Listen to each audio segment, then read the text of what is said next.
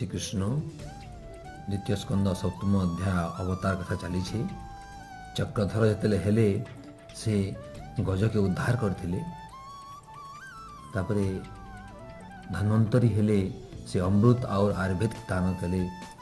परशुराम हेले दुष्ट क्षत्रिय दलन कले।